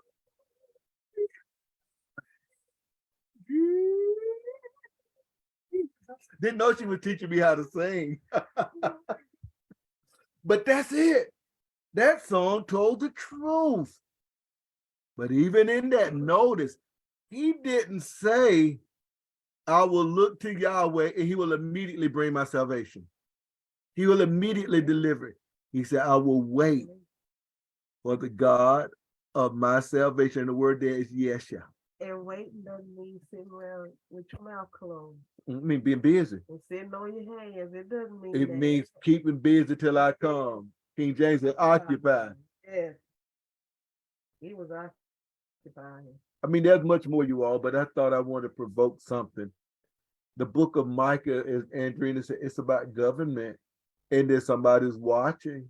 I still think about our dirty little black little government, the ones who have been set in place to corral us, Yes. Negroes, and Yes. we're gonna sell us as a block of voters, and Yes. we're gonna sweep you all under these rugs under us, and get you. We're gonna come to your church when we feel like it, and have a few words to say, so you'll vote for us. Dirty, filthy. The Al Sharpton. What's this guy here? I call him Warlock. Yeah, Warnock. Warnock. Our All baby. these people, all these Maxine Waters and Sheila Jackson Lee. She's not even from here, is she? Clyburn. Is she Jamaican? Yeah, the Clyburn guy and all the little mayors, the Eric Adams. Go read their records. Yeah, and to look at who they put in place, and these people are ruling over these cities, and they don't get any better, and they look like us. And where did you get? Why? And why they haven't ever given you an empowerment zone? Why have they never protected your land? Why are we not a protected people? Do you realize they made the white woman a protected person when she was already the slave owner and owned us? When they did the 14th Amendment, she went and got benefits from that, and they protected corporations instead of us. But we never probably ever heard of the slaughterhouse case where they used that to determine that we're going to protect entities. We call them Yes, LLCs now. And you call corporations, you give them personhood. And this is how they steal. They use a law that was for us. It's witchcraft. And we're gonna use it, and you're a person. And nobody can do anything against you because you're a person. But in our person, anybody can do anything against us, but not a corporation. They can So, do anything against you, though. yeah, You better believe they it. can discriminate against you. A lot of these things they're bringing back. These, if they bringing back what they used to do, well, we're not gonna do business with you because you're black. Well, we're not gonna do business with you because you said something we don't like, and you give them personhood, and that's not right, because really and truly, these are all entities that belong to the United States government. They are a part of your government. They are lying to you because they don't supposed to compete with you. Your government is not supposed to compete with you At when all. it comes to industry, but they have found a way to compete with you. Yes. And there's a And they lie and put these people that fell out of the sky. Who is this? Well, we heard of Amazon now. Now Jeff Bezos, he just fell out the sky. And look at him. We got to give him personhood now. We have to give Amazon personhood now. Fell out of the sky. Mm-hmm. Now what? Now Elon Musk, he is everything. He got SpaceX. He over there. We try to worry about SpaceX and what they gonna do over there. And when they coming across the border, it's just open. And they gonna what are they gonna do? It wasn't open to the Haitians. It wasn't open to the black Haitians. They chased them on horseback, beat them, and they were starving. We're gonna put a face with these people. Oh, they so great, and look how much money they've accumulated. And why do they have power like the government? And guess what else? Say that again. They have power like a government to themselves, like William Gates, Bill Gates. Yes. And it's like, you think we are idiots. We're not idiots. Well, we give you somebody to read the news. And now they have everything to say on every subject. And now, because he has all this money and he owns this company and everybody wants a Tesla, and he can tweet and he owns Twitter now. And you know what? No, it is a whole entire lie. We better wake up. We better come and on we're to the Most High. to these people, and we're allowing them to influence our thoughts. And we think that this is not real life. Real life is what you have with your family. Mm-hmm. That's real life. All this other stuff and this created spaces where you just can talk to anybody any kind of way and say stuff that's not true, and then you call it trolling, but you would never say to a person's face. Especially to some of these black folk. Stuff you would never say to a person's face. You get in this virtual spot, and now you some sort of person that I'm just gonna harangue and just abuse people and say stuff that I don't need to be saying, and I can leave truth behind, because this is not a place for truth. This is let's just go over here and be clowns. But they needed. That's what they needed to make us look more buffoonery. And people go into these spaces and come out of those spaces and go into real life with the same dumb attitude, and you still neglecting your family. You're still not listening to your husband. You're still not trying to do anything for your children. You still trying to look good, so the next time you go into that space that don't even exist really, you're gonna get your lashes, women. You're gonna put your lashes on and your makeup, and look like RuPaul. And you're gonna dress up and get your hair done, and then you are a pitiful wife, a pitiful mother. And your children many times don't even want you. They don't, just the You thought a of having, sucker, you go in and get your chest waxed, and you gonna go and be on Instagram and taking pictures, and you a sorry father in real life. yes, yes, yes. And you And then bragging that your child went into the NFL and they don't even want to talk to you. Okay, you got a picture hugging him, showing it to Tim Merritt, and I'm looking and I'm reading it, and your son said he ain't got nothing to do with you. yeah, I'm talking about in real life. But guess what? He in the church though. Yeah. He in Jefferson Franklin's church Yeah. though, and he Oh, was a sorry father. Lord Jesus. Whew. But And- you in church though. but he the one made, and the son made it public. Every time you read In it. church though. Yes, You church. in church though. I'm tired of church. We got to get back to the Most High God. We better learn. Gary, have we Okay, stirred you up went yet? on a rant. I'm sorry, y'all. I did. I'm sorry. But Well, you know, people may, sorry, not sorry. maybe one day Okay. people begin to know that she study more than he does. Sorry, not sorry. He out there getting it, and she and him getting it. Thank the Lord. Gary, did she provoke you? No, she did not. Well, see, Kim, the way you phrase that, it makes it seem like I've almost done something wrong. If I don't answer. Thoughts in my words. I'm in agreement. Oh. Hello? Hello? I'm here. I'm listening to you. I want to say No, tear me up, but it's not that bad.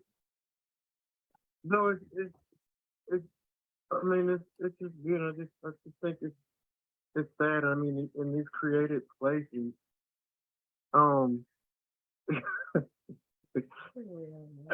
people think they're smart. People think they're intelligent, and that's why we can't hear anything. And, you know, the parable, some of these times when the Christ would talk to people, would say, because you can see, which I mean, it sounds like he's saying you can see, so I'm not going to say anything, or you can hear, so I'm not going to say anything, but you're full of everything else except the truth. Mm-hmm. You know, it's full of so much, and it's like we can feel like we're getting ahead, and you know, scriptures talk about, you know, you go up there and you're working, but like I think was it in Micah where it's like you're gonna do and you're still gonna be hungry, not be satisfied. Like, well, you're gonna work in your pocket, going to be empty. Yeah. And so it's just like in talking to people, those who really understand and won't change, they're more inclined here. So we really have to deal with a thankful thing. And sometimes it's like giving them, like, if you, and I'm not saying this is how it has to be, but sometimes give them the scripture without telling them, okay, this is That's true. like verse. Because then they'll be Yes. like agreeing, you know, well, you know, that's actually the scripture. I'm learning, I keep saying I'm learning to ask questions, you know, because I think you said Budson said open them up in their own assumption. Right.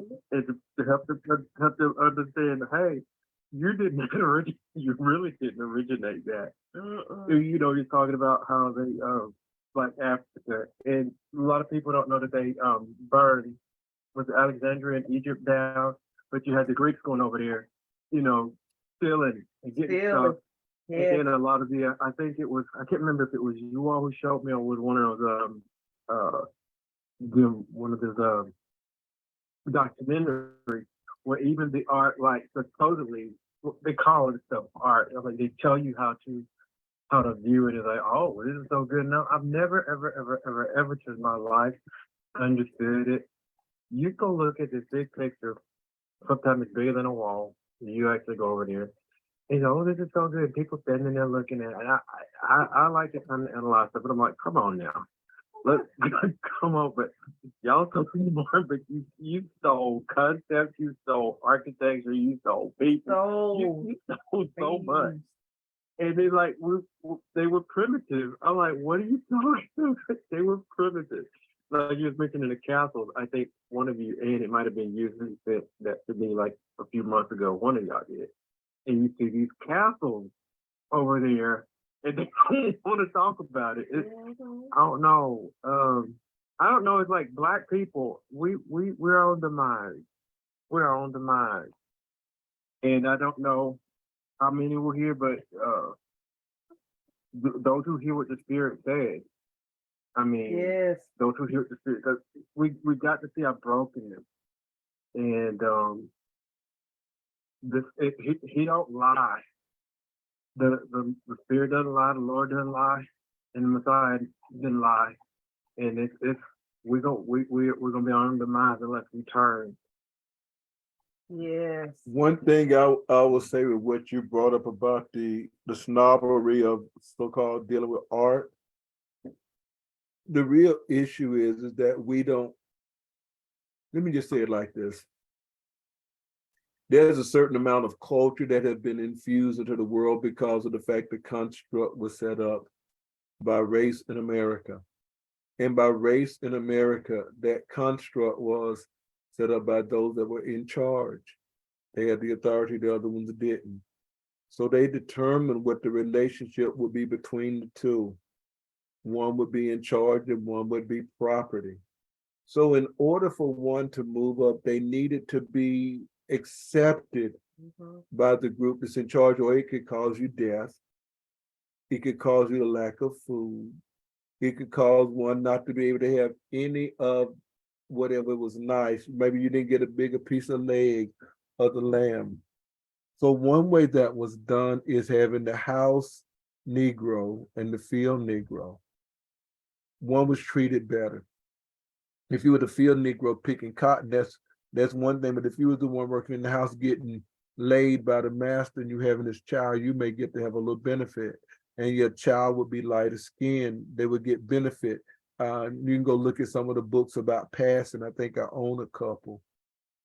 So what ends up happening is that's been given throughout the earth because of colonization. Those in America that were called poor white trash, they wanted to move up in the social status of those like in Britain. Those in Britain that already had a certain amount of status, they wanted to be equal to like close as they could get to royalty. You know, like the people that I don't understand, black people getting all excited about their wedding and all that, of people that enslaved and killed and raped the whole world. But here is the thing that I'm saying. People learn that those that have money had privilege. So you start respecting them. I got more money than you. I got a nicer car than you. And those that have it, they look down. You don't have as nice a car. Look at the kind of clothes that you wear. You don't speak good English. Your penmanship is bad. Look at your clothes. You're not worthy. You are nothing. So what happened is the Negro, he had to wear what they call burlap. He had to have certain kind of clothes. He had to have a certain way to wear, a certain place to be. You better never try to dress up, because that's what they talked about doing Denmark Vesey's rebellion. But the point being made is we've adopted that. So you don't have a certain pair of Jordan shoes. You don't have this certain kind of hat. You don't have this certain badge. You don't have a coat. You don't have this, and you got it, but it doesn't make you a better person. You don't live in your zip code is such and such a thing. We have that. So when you get to the church, you're not elder. You're not bishop. You're but neither one of y'all the pope. You're not deacon on this committee. You're not sister so and so. And so we have all these ideologies of people that are great. You don't agree with everything the pastor said. I grew up with that. I got a chance to see people that come from north, and you could tell that they had nicer cars, but you could also tell like we're going to be nice to you all. Or well, I told you about the lady in the ice cream, and the time I get to see that is sometime I'm around some people, or even yesterday I'm around people from Guatemala. You see the humility when they first come over here that they have, and because they get mistreated seemingly by every nationality that I've seen that are in business. And when I saw that, I'm always always kind to them because I see them as people, they work hard. They're very conscientious. But I in my mind, I say, this must be what it was like sometime when a person had advantage and they're like, okay, I'm gonna be nice to Tim. I'm gonna just be nice, but I'm not gonna treat him like a person. These are people. I don't denigrate them. I may have some pity for their condition, but I don't have pity for you as a person. Right. They look healthy. They get along with each other. The very thing we talked about America, that wasn't just sown in America, it was sown throughout the whole planet. And Drina, I would be working out there and I would see Mexicans, Chinese, and different ones mistreat those people. And from Guatemala, because we would be filling up their propane tanks, and I would see it, and I was just watch. And I say something to one, I said, why y'all treat them like that? Because I'm not good at Spanish. Guess why you treat them like that? You think you better than them? Yeah. I say, because if I might say, are you from Mexico? No, I ain't from Mexico. Or are you from Guatemala? Because that's what some of the Puerto Rican would do, etc. But and you see a Mexican and say, you forgot. No, I know. I said, why y'all act like y'all all way better than that? I said, but when you lay up with one of them, when you get one of them as your girlfriend, you don't act like it. And I watch, and I've watched people. Even when I was a child, I used to buy my own clothes. They would say, Tim wearing cat heads. But here's the thing, Tim was wearing cat heads. I wasn't dressing like them, but I was living on my own when I was 16 because I did not want to be under mama's rules and daddy's rule. They weren't gonna let me do my thing. But they were getting governmental check, food stamps, but they were better than me. And I'm telling you, this is the very thing on every level. Remember that Dr. Claude Anderson said they would argue about, my master got 5 plantations. Mine got 3. That's how we talk about Republican and Democrat. We be like they better than them. And it's like, who you oppress? And you saying one better than the other, they're the same. They are oppressors. And you arguing about that. And that's division with you. But they did this thing where they took away what real nobility is, and they put it on, how much money do you have? Explain that well, because this is good. How much wealth you have. And they exchange the truth for this lie. And they say, how much money, how many things you can accumulate. It used to be how many clothes you had on. If you could wear so many clothes, like you talk about Black people having to wear burlap, they used to be, if you wore so many clothes, if you had a petticoat, and you had a waist cincher, if you had all these things, all these clothes you put on, that was a sign of wealth. You have money and you're somebody, but your somebodyness, it's solely based on what you have. And Most High said, your life ain't in that. No. That is the switch, the bait and the switch that they made. And they said that you're noble because you have money, because you can accumulate wealth. And then you can be this despicable person. You can lie. You can beat people. You can steal from them. You can cheat them out of income, money that they've earned. And because you were able to accumulate that sort of wealth based on being despicable, being a terrible person, then you get to be nobility now. But real nobles were about doing righteousness and doing justice and doing judgment and making sure even the poor of the land, they were never cast off and they were always taken care of. And we can see that in scripture when we read about Job, when we read about Boaz, when we read about the kings that when the poorest of the people came and said, they're going to take away my sons. Can you do something? They're going to take away, I guess we can do something about it. We're going to do something about that because the care and concern for everyone's welfare and for harmony, that's nobility. For righteousness, through judgment and through justice. Yes, and walking But humbly. but now you switched it and say how much money you got. Then you're noble now. I can actually everything steal you it. do, I don't care how I can despicable steal you are. the money and become noble. Yes. Let me tell you something about Boaz. I got this from Chuck Missler. I like some of what he said. I ain't gonna ever say I like everything. I ain't gonna ever say I dislike everything either. Because he did Blue Letter Bible, and I praise God for him for that. But here's what he said. When you think about it, Boaz being the grandfather of David, it's Boaz, Obed, Jesse, great grandfather of David. He said, and they weren't supposed to get rid of their land anyway, the heritage. The odds are Bethlehem Ephratah is part of where, yes, Bethlehem Ephratah, that part, David came from that, and more than likely out of these shall he come forth unto me, who's going forth been from old, from everlasting. Boaz was nobility there. Yeah. I submit to you, we can be noble today. Yes. If we determine that we're going to do righteousness. Yes. I've been watching, I remember growing up, and Gary remember growing up, so-and-so got plenty money. And it was like they'd be so-and-so on, and I would be, because I'm younger, I don't care. It's like, y'all already taught me not to ask anybody for anything. Right. I've been taught that way. But I notice how people act when they get some money. I know for a fact, I told somebody, because one day I was dressed, and somebody asked me if I was a lawyer. I said, no. Somebody asked me about it. I said, if I had a doctorate, I probably wouldn't even tell you. My words had no weight before I told you. Yeah.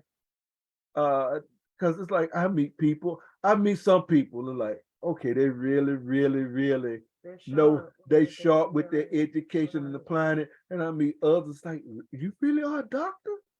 Wow. But the point being made is that, how are we going to treat people, you all? Are we going? He said he has shown you what is good. It's not. We didn't say get rich. He's shown you what he requires. I remember growing up being treated like I was ignoble, or like I'm an ignominious person because of who I was. And I would watch other people being treated as if they were nobility because of who their family members were. And now because of that, and you grow up. I have determined, even on my jobs, and I'm around a lot of people that have way more money. You were with me the other night when this man was talking to this. I spent $1 million, and he wasn't boasting. You know what I'm saying? You stand in front of his almost palace, and just one chandelier that might cost what, you think, 50,000 or more? Those huge chandeliers. But the point being made is that we got God. We're the child of the King. We're the child of the most righteous one. We're the child of the one that can make everything, got every power of medicine or health, electricity or power, strength, wealth. And we allow somebody to let us feel less because maybe this pastor don't like us, or this boss don't like us, or this wealthy person don't like us. Just like I heard or I read that this man said, and I believe it, but I can't prove it. In the entertainment world, you can make a man do anything for money. You couldn't make Paul do anything for money. You couldn't make the people in Hebrews 11 do anything for money. They were sawn asunder. They were shipwrecked. They were beaten, stoned, because we trusted. Where's our nobility coming from? The book of Micah is about a man being noble in the midst of the storm, teaching other people that they're ignoble and what they have to do to be noble. Noble is not having the power over somebody when you're wicked. Call that nobility. The Bible says he don't even call many that are noble like that, or of good birth. Noble is talk about your good genes. But the nobility that comes from the Most High That's what I need. Now, sometimes you can feel funny in a place and everybody got on their very, very fancy clothes and you don't. And you might try to act or be ashamed. Just remember you're noble. Just remember righteousness. Just remember when somebody starts making fun of your clothes, what standard are you using to judge my worth as a person? Just remember when you don't have the best kind of car and everybody else got a beautiful car and you drive up and they look at you like you driving that plucker. Okay, where was your kindness in that? Are you affixing my worth and my value to that vehicle? Not the Most High that lived, his son that lived and died and rose again? So I guess you would have found Paul ignoble. I guess you'd have found John Baptist ignoble. I guess you'd have found the Messiah because he was despised and rejected, a man acquainted with grief. He hid his face, our face as it were, from him. We're supposed to be noble. We're supposed to be children of the Most High. So if you lose all your wealth tomorrow, will you be ignoble? Or will you just have a situation? Well, I'm glad that you all joined me, and this has been a discussion that we've just looked at the book of Micah. What's the big deal about it? And why in the world was it eliminated from the 1908 King James Version that was given to the slaves?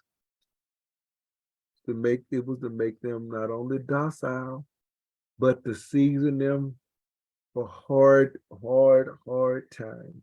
Gary, do you have anything else before I close out, my brother? Just a nice recap. It's good. I try to remember, like, okay, what is this book about? And sometimes I little. I might have some things, but this was really good. So good idea, Ian. Okay. Well, may the Most High, blessed Father of heaven, bless us, keep us, make his glorious face shine upon us, be gracious to us, help us remember what our duty is to him, how we're to treat others, and wait for his salvation with noble dignity that comes from him. Amen, you all. Amen and amen. Goodbye.